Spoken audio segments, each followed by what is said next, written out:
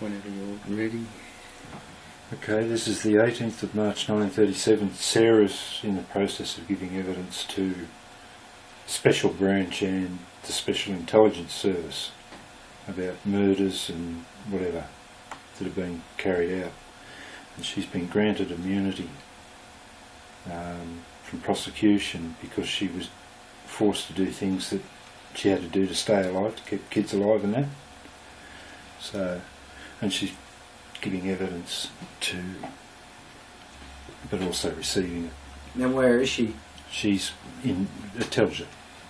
It tells you. Okay, this is the 18th of March 1937. Roger Clifford is a police sergeant that was infatuated with her, and she rejected him and he went a bit loopy. Yeah, I remember. Yeah, nice guy. Yeah, I remember you saying. Yeah, anyway, Roger Clifford was still at large, in spite of the oft-published photos of him in the newspapers and plastered in the windows of shops and theatres and at police stations across the country. He was doing a better job of remaining hidden than the coppers were of finding him, and Sarah was constantly nervous as a result. She didn't need the worry of watching her back for him on top of the threats by the Irish Free State Army that they would stop her giving evidence. Detective Chief Inspector Crowe had only an hour ago informed Sarah that they found his car yesterday in a forest in the West Country, stripped by thieves but nonetheless his. He mooted that Clifford had more than sufficient funds to buy another, and another residence somewhere, that many of the files he had so patiently collated over his 23 years as a policeman had disappeared from South Nick, which necessitated the changing of all the locks there. He postulated that Roger had changed not only his looks but his identity as well, facilitated by the theft of a number of Royal Mail bags recently between London and Salisbury. The postal van driver had been shot and killed. Though it could otherwise have been a robbery gone wrong, numerous witnesses had identified him. He told her to be aware and very careful, advice she didn't need but welcomed anyway. Soon after he left, Damien showed up to World's End Dell, the home she rented in Berkshire under an identity given her by Special Branch, Samantha Dyson. He'd finally been promoted to detective superintendent. He still inspired conflict in her. She wasn't going to turn him away though. He was a towering and strong need in her life, in spite of the fact he was first and foremost a copper now, one whose presence in her home was welcome for its implication of safety. She ushered him inside to the sitting room on the left of the doorway and offered tea. He was distracted and she sensed his edginess and he shook his head, then said hello to the children, who were never very far from her side, before sitting. He was succinct. "Why did you never tell me that your husband is homosexual and is living in the manor with another man?" Sarah snorted disbelief and asked in return, "Why do you think, Damien?" "Ah," he said sharply with raised index finger, though he did it with a smile. "I no longer answer your questions with my own, so you can return the courtesy." "I love him and I love Phil too," she told him. "They are good men and make wonderful fathers for the children." She sat adjacent to him in her armchair and challenged him with a glare to divulge the reason he had brought the subject up. "You're not concerned for the welfare of the kids?" "You didn't listen, Damien.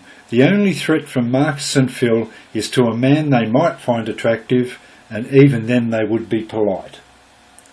They deserve to be left alone." He nodded slowly and thought, then asked, "And if they were to be arrested and charged?" Because back then it was a crime. It was actually a criminal offence to be homosexual.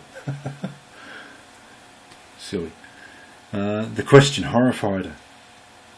"I would be deeply distressed." She folded her arms. "If you arrest them, then I will refuse to give evidence at the coroner's inquest. It's as simple as that." He laughed surprise and said, "I'm certainly not going to arrest them." "Why bring the subject up then?" "Crowe mentioned it last night at our debrief after Clifford's car was found." This was not good news. Though she tolerated Crowe, she never liked him as a person. He was too full of himself, too arrogant. Everything he saw was painted in black and white too, and latitude was a word in the dictionary that only related to geography.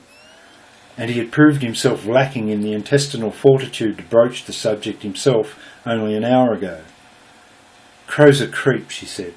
"If he wasn't a cocker, he'd be a very nasty criminal. I wouldn't be surprised if a darker side of his personality was uncovered." Damien chuckled again. "You're a very perspicacious woman, Samantha." He gave her a wink. "I've told him to leave them alone. I surmised your reaction would be as it was." He leaned across the table and in a whisper told her, "He beats his wife. I've told him that if he divulges anything about your husband and his man, that I will arrest him for that violence and smear his name through the Met." Sarah fell into flaccidity, her mind consumed by the thought of the Detective Chief Inspector's home tyranny. That won't stop him doing it to her. "He's under warning, Sarah. If his wife presents again anywhere with anything like the injuries we've seen, he will be arrested." Sarah shook her head absently. "That won't stop him. She just won't present at a hospital." "How can you be so certain? Threats don't work against violence. It must be returned in full. You should know that after the things I've told you have happened to me." She lifted her eyes to him. "Is there any way I can stop him coming here? I've never trusted him." The shake of his head unsettled further. "I have the dates for the coroner's court." To the query in her gaze he said, "Monday, June 14. You're scheduled to be in the witness stand until the 24th. It will be trying for you. Knowing you as the person you are, however, you will acquit yourself well." Sarah closed her eyes to the information. 9 full days of testimony. 9 days during which the Irish Republican Army and the Irish Free State Army would be out for her blood, if not before. 9 days during which she would have manifold accusations levelled at her, notably that she had failed to prevent the death of another woman, that she had willingly taken part in torture, that duress was a word she found convenient now that her parents-in-law were dead. No matter that she had had a baby ripped from her, no matter that she had been violently raped anally and vaginally, no matter that her life, the lives of the children and the lives of others in the household had been constantly under threat, no matter that, it did her no good thinking about it all. She was driven to do so every day. "I'm sorry, Sarah," he said, seemingly as if knowing her thoughts and fears. "I'm most sorry about our baby." She hadn't meant to tell him of the forced abortion, but it had burst from her one night not long ago, soon after they had made love. Made love. Until meeting Damien, something that had been absent from her life, a concept foreign to her. The touch of someone whose being was attracted to yours, whose gentleness sent tremors of delight through your body. Copper or not, that was Damien. He'd been angry and upset at the news, had questioned Dr. Davidson for more than 10 hours, threateningly. It hadn't been him though, and the doctor had no idea just whom it might have been. Damien swore he would find out and he would rip him a new arsehole. He looked glum, and she quietly told him he or she would have been the only child ever conceived out of love, because she forced herself on a homosexual husband to have the kids. The loss of his only child ever impacted him too.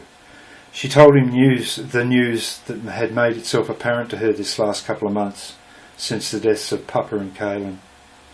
"I'm pregnant with your baby again, Damien. No one is going to take this one from me." So... Pretty full on. We get to the... Yeah, how does that present when it goes to court though? She's pregnant to the detective super in charge of the case. Get fucked, she's like that. She learned all the dirty words from her friend Sarah's. You want that back? Yeah, Sarah.